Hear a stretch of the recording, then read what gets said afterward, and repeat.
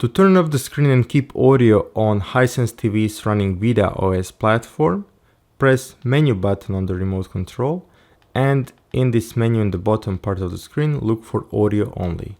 When you click on it, the screen will turn itself off, and you can adjust the volume without screen being turned on.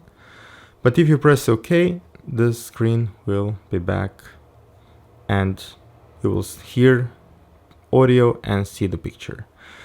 Unfortunately for YouTube app this doesn't work, so when you press menu button you won't see this option. So the option is available, however seems Google is preventing it from working on Vidaa OS Smart TV platform. I've seen the same case on other platforms, but for example on Google TV platform you can still turn off the screen and hear audio only. That's all for this short video. Thanks for watching.